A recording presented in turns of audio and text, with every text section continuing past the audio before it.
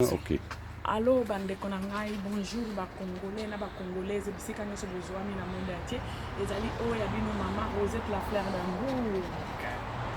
Nasali une petite vidéo oyo pona kolakisa bino ndenge nini mwasi il faut asalaka pe mwa sport moke pona koyede nzoto na ye moko. Parce que munene ezali bien te pour la santé. Ezali te ke pour ovandi na poto, osalaka isusu sport. Sport ezali très important na santé ya moto. Voilà, nauti kosala sport nanga. Tosala tour na biso lokola Tour de France, tosala biso na mboka na biso ya Ambo. Ezalaki lelo 55 km moins de 2 heures. Touti kosilisa. Yango na lobi na sala mwa vidéo moke na partager na bino obis nanga oyo ezali ya vélo. Donc il faut que na sport no muke osalaka kotika te ke libumu evimba to masoko evimba na sima eza malamu te pona santé no parce que na kati ya libumu soki libumu eza ya munene na kati kuna ezalaka ba graisse eza bien te pona santé. Alors eza te parce que oza mama oki oza susu na sport no moko pratikaka il faut oza na sport no moko pratikaka po na santé na yo moko. Alors oloba te ke mobile nanga lingaka basi minene mobile nanga lingaka basi minene donc il faut na sala kaka donc il faut sala sport te po alingaka basi minene do ya zolinga basi minene mais soki yo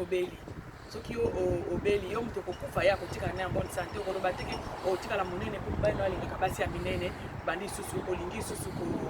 ko sala sport te olingi ko pratiquer sport te po ba no alingaka basi ya minene lera alingaka basi ya minene lero yo munene ebendaka ba maladie ebele soki mobala zo biso faut la mwasi munene po alula yo po alinga yo c'est que aza mobali mabe azolinga aboma yo parce que munene mingi ezalaka maladie mingi eza maladie ko sala sport edaka biso na sens nini oko transpirer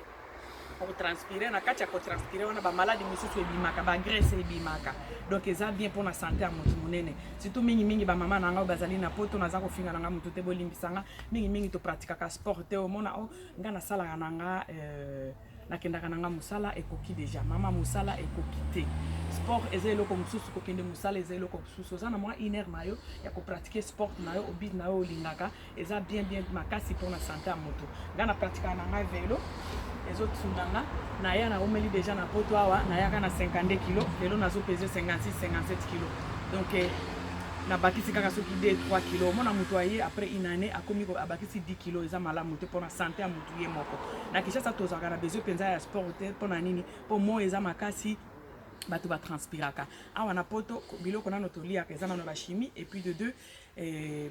mo ebima penza makasi te à part mais mikolo ndi ba été ezali mo ebima penza makasi te donc mingi mutu azana besoin et à sport donc il faut qu'on pratique comme sport no moko boye et d'akape mental au mona ozo dans ba stress rezo sala sport au mona ba stress wana ezo bima donc moi conseil mukeka nazaki nangona ba mama nanga ya poto mama lokola nga o tofandi na poto o pratikaka mwa sport na yo pratikaka mwa sport no moko boye kapo o transpiraka po esunga yo o bakisaka ba kilo te po ba kilo eza maladie bandeko nanga muto akosa yo te o mobile nanga lingaka mwasi ya munene na alingaka mwasi ya munene eza malamu te ya alingi mwasi ya munene mais omona ye moko aza munene te alors mpona nini yo ovimbaka obebisa obakisa ba graisse na kati ya nzoto mais ye atikali muke donc lelo yoko yako bela okufi atiki yo akekoluka mwasi mususu soki penza balingaka basi ya minene mingi pourquoi bakendaka na kisa kuna kokenduluka bana mike oyo baza nzoto mike soki eza lukuta donc eza eloko moko moto akolandela yango te il faut omeka kotalela santé no parce que santé na yo mingi nzambe abatelaka biso mais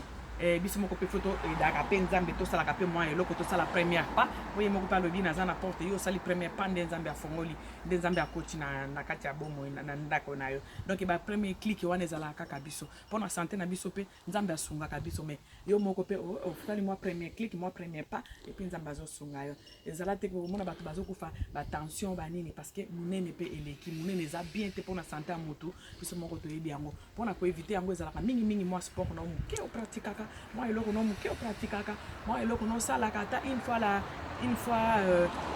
la journée iner na yo moko boye osali moi yoga na yo osali moi gymnastique na yo pona kokitisa libumu pona kokitisa moi masoko tout ça là et salaka moi bien donc conseil muke nazaki nango pona ba mama nanga o ya poto eza ya mwana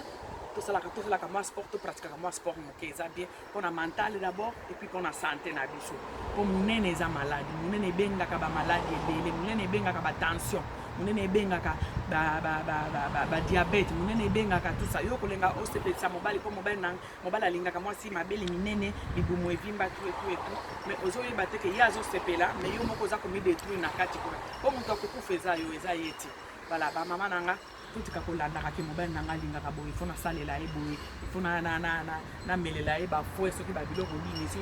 omona baosala yango mpenza bapiblisité oyo mpo mabele evimba mpo libumu evimba nzambe na ngai oyo eza biloko nini le namonaka yango elekela ngai. Sante ya motu eza kaka fo ozala monene ti. Sante ya motu kozala na bonne santé eza kozala monene te. Soki ezala bongo mbele Obama na Michel mbele baza minene mpo baza na bambongo omona oyo naza na mbongo na ngai mpo anina ya monene te. Mbongo eza signification ya koya monene te. To ba dirigeant soto yebi ya bamboka ba François ba dirigeant soto yebi ya ba monde entier wana est-ce que baza minene o ba yebi ke monene ezali santé eza pona santé ya motu te. Santé ya motu ezali ndenge ozo komiyoka na kati. Santé ya motu eza ko vimba te ke mabele vimba masoko evimba libumu evimba ndeko za santé wana eza ba graisse ebengaka ba maladie ebele ebengaka ba tension ebengaka ba biloko ebele donc il faut ko éviter biloko wana ba ndeko na ngai ya bino zoto la fleur nazalaki on a juste pona kopesa moi conseil ya moke na voyage ba ndeko na ngai na za histoire moke na voyage na fille moko na okende Congo fille wana azokoka même azomela bakisi na kati ya avion na tuni apo nini okoza ata moi ba 25 ans boy alobi mobali na vivaka na ye alingaka nazala monene moye na tika ko moye na kondeza te andeko na ngai elekela ngai le pe tokomi na Kinshasa place tozelaka ba bagage alakisanga mobali yango aza soki detera cabinet ba biloko na bango wana je n'ai pas vraiment intéressant nga makasi te loko intéressant nga makasi comme on a moi jeune fille à 23 ans aza vraiment monene azomela bakisi ba tension na kati ya avion na tuna no bi mama omoni ozomela kisi ya tension za na ngoma bete mais soki ozo pratiquer sport ozo diminuer moke omona ke ko aider yo parce que ba tension ne yaka mingi to boy te za malade okiko yela moto aza moke mais mingi to yebike ba 80% ya bato bazaka ba tension za mingi monene ba graisse oye ekangaka cœur ayebisinga lobi mama na linganga nanga ko diminuer mais mobali nanga linganga nazala monene bandeko nanga basi lekelanga makasi mobali ndia kolinga ozala monene puis o accepter yango et puis yo moko yebike ezopesa ba malade komomela na bakisi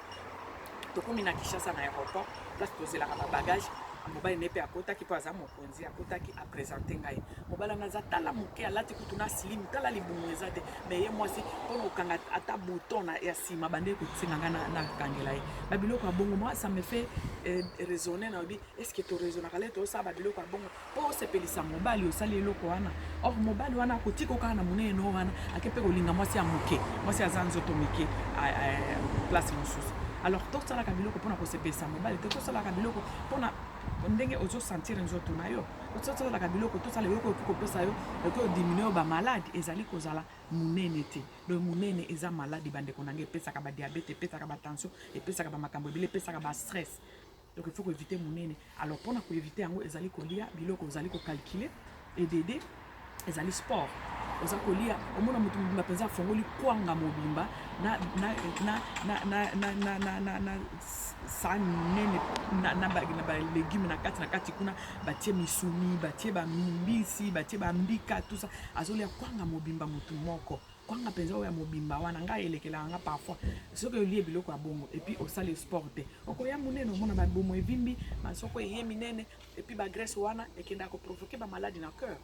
ba mama na ngai eza mwa conseil moke nazalaki nango o calculer ko lia na yo okikolia kwanga no wana 3 fois ou bien 2 fois olia ngo na midi otiki ndambo mosusu wana miteni mosusu etikala olia ngo na pokwa et puis ozo pratiquer mon sport no même une fois même 2 fois par semaine et daka pona ko garder ligne pour kozala monene et pesaka eza na litomba moko te emema kaka na ba maladie ebelo bando dépasser ba mbongo pona ko se faire soigner parce que na mboko biso to fandi ya poto yo bato ba transpira penza mingi te soki ozo transpirer mingi te ba malaba biloko wana ba graisse on ezotika na kati ya nzoto yango ebendaka ba maladi omona penza bakosala ba publicité ya po okolisa sima po okolisa liboso nzambe na ngai na mitunaka mpona nini kaka biso communauté na biso nde eza na ba makambo wana monene eske kozala monene po osepelisaka mobali ozala monene po osepelisaka kaka soki mwasi na yo po après ozomi boma yo moko po osepelisa moto ya mokili eza pasi mpona likambo wana vraiment bandeko nanga eloko ya moke nazalaki nango ya kopartage na bino yango wana en tout cas monene efutaka te monene ebendaka bamaladi monene esisaka mbongo parce qu'il faut sombaka bakisi tout le temps bakisi wana botika kosala bato bapublicité wana ya kolakisa bakisi oyo eyesaka masoko eyesaka mabele eyesaka eza mabe makasi eza mbote mpona santé ya bato biso tosala bainfirmière na tanga infirmière na kati ya mboka biloko wana eza mpasi le nayokaka bozobeta masolo wana ya koya monene koyesa masoko minene koyesa nini minene mpo epesa yo nini soki oza na masoko moke lokola biso boye eza mabe na nini soki oza na liboso moke boye eza mabe na nini essentiel ozala en bonne santé ozala propre ozala mwa soin ozala kaka mwa soin na yo bien mibali bakolingo kaka eza te il faut ozala na masoko minene en tout cas moke nazalaki ya kopartage na bandeko na ngai ya basi oyo bafanda na poto to pratikaka mwa sport moke oza oblige kaka kosala vélo te lokola nga oza oblige te kosala vélo te lokola nga oke osala sport mosusu ka vélo kaka te nalobi bai tokutana prochainement Nein, ist noch nicht. Ist noch nicht so weit. Hast noch 4 Minuten noch. Die Leute sind hinter dir. Kannst du mal hier. Sollen sie warten. Ok, yango nazalaki ya kopartage na bino yango wana ke santé eza kaka nene te bokosikizenga motu te bande kokota na kati ya parcelle yango te bande kotika yango eleka mais sinon nyonso ezali malamu mingi kozala kaka monene te nde santé eza kaka monene te santé ezali ndenge yo moko ozali komemelela na kati ya bomoi na yo donc eloko moke nazalaki ya kopartage na bino bandeko na ngai ya basi yango wana naya na poto oyo ezaka 52 kilo lelo sans vous mentir naza na 56 kilo lelo nabakisika 4 kilo pendant plus de 15 ans oyo nasali na kati ya moko oyo eza juste pour se discipliner ozolia eloko oyo omoni ke okoki kolia ezala ebele te et puis ozali kopratique sport soki ozopratique sport eza vraiment mpasi mpo moto aya monene oza na mwa obi na yo moko osalaka oya vraiment monene te eloko nazalaki ya kosola na bino mpona ntina ya likambo ya santé mode de santé toza nango biso nyonso ezali mode de santé ezali ke opratikaka mwa sport na yo osalaka mwa eloko na yo moko boye mpo santé etikala malamu eza malamu mingi mpona bomoi ya mwana ya nzambe parce que nzambe tokoki kopesa nzambe misala nyonso te biso moko mpe fo tosalaka mwa eloko nzambe nde abanda kosalela biso nyonso te eza biloko mosusu biso moko tosali premier pas epuis nzambe asungi biso mpo tocontinue mpo apesi biso makasi na ye mpo tocontinue kozala en bonne santé donc totikelaka nzambe misala nyonso te tozala mpe bato oyo ya kozala conscient na mpona santé ya motu botika kotekela bato bakisi ya kobakisa masoko ya kobakisa mabele eza malamu ata moke te nzambe alingi mpe yango te parce que ozodétruire temple nzoto na biso oyo ezali temple ya nzambe lero okomi kotia babiloko mpo oyo ozala na masoko minene to ozala mabele minene eza malamu te parce que oza kodétruire temple oyo nzambe apesa mpo nzoto na biso eza temple ya nzambe lero ozovimbisa yango na babisalasala na bibakabaka eza bien te eza bien te donc il faut kotika santé na oyo ezala malamu parce que saint esprit mpe avandaka place na nzoto oyo eza en bonne santé saint esprit mpe okokima yo lero okomi bibakabaka bitiatia mpo mabele evimba mpo masoko evimba mpo epesa yo mpo osepelisaka mobali osepelisa oyo bato oyo balingaka yo bandeko na ngai oyo culture nini oyo tokoma nango ya koyesaka bato minene oyo mabele ezala minene oyo masoko ezala minene ezala normal ezala en bonne santé ezala en bonne santé ezali kopratique sport na yo epuis kolia biloko oyo oyebi ke ekoki kopesa yo minene te moto mobimba azolia 1 kilo ya fufu mpona nini estomac ekosupporte eske biloko wana lero okomi kobela okomi oluka batante baza na batikaki na mboka baoncle bazalaki na baza na mboka okomi oluka ba n'importe qui mpona oloba te bango nde baloki yo moto aloki yo aza te yo moko oza koprendre discipline ya nzoto na yo te ngai ya bino rosette la fleur dambo nazwaka discipline nanga naliaka nakalkulaka biloko nazolia epuis nazopratique sport donc mpona yango nalobi Nee, ist noch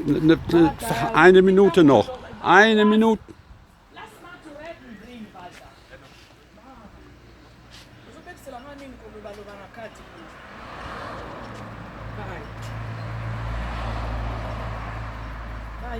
bayo wenn du redest, du machst das fair, du machst das kaputt. Ist noch nicht